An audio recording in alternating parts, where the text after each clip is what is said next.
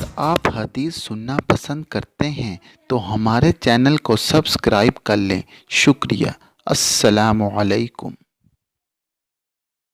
السلام علیکم ورحمۃ اللہ وبرکاتہ۔ بسم اللہ الرحمن الرحیم۔ خوش اخلاقی کی فضیلت و اہمیت، حدیث نمبر 3۔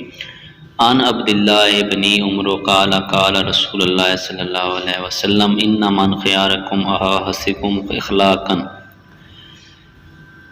ترجمہ: حضرت عبداللہ بن عمر رضی اللہ تعالیٰ عنہ سے روایت ہے کہ رسول صلی اللہ علیہ وسلم نے ارشاد فرمایا، تم میں سے سب سے اچھے وہ لوگ ہیں جن کے اخلاق اچھے ہیں۔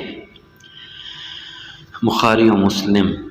تشریح: دین میں اخلاق کا درجہ رسول صلی اللہ علیہ وسلم نے اپنی تعلیم میں ایمان کے بعد جن چیزوں پر بہت زیادہ زور دیا ہے اور انسان کی سعادت کو ان پر موقف بتلایا ہے، ان میں سے ایک یہ بھی ہے کہ آدمی اخلاق کے حسن اختیار کرے اور برے اخلاقی سے اپنی حفاظت کرے۔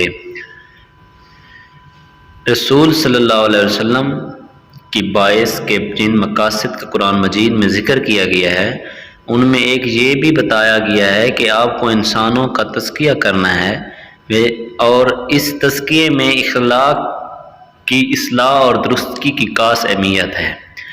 حدیث کے مختلف کتابوں میں خود آپ سے یہ مضمون روایت کیا گیا ہے کہ میں اخلاق کی اصلاح کے لیے مبعوث کیا گیا ہوں، یعنی اصلاح اخلاق کا کام میری بعث کے اہم مقاصد اور میری پروگرام کے خاص اجزاء میں سے ہے، اور ہونا بھی یہی چاہیے تھا، کیونکہ انسان کی زندگی اور اس کے نتائج میں اخلاق کی بڑی اہمیت ہے۔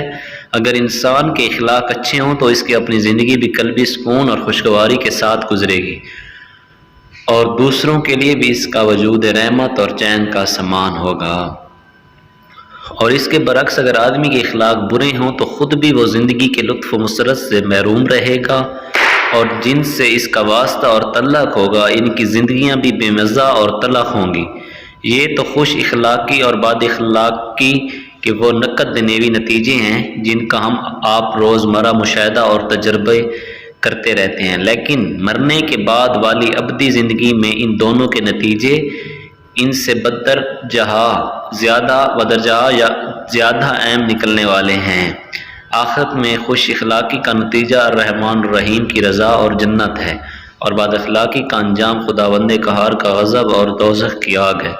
اللہم احفظنا۔ اخلاقی کی اصلاح کے سلسلے میں رسول اللہ صلی اللہ علیہ وسلم کے جو ارشادات حدیث کی کتابوں میں محفوظ ہیں وہ دو طرح کے ہیں، ایک وہ جن میں آپ نے اصولی طور پر حسن اخلاقی پر زور دیا ہے اور اس کی اہمیت و فضیلت اور اس کا غیر معمولی اخروی ثواب بیان فرمایا ہے، اور دوسرے وہ جن میں آپ نے بعض خاص اخلاق حسنہ اختیار کرنے کی یا اس طرح بعض مخصوص بد اخلاقیوں سے بچنے کی تاکید فرمائی ہے۔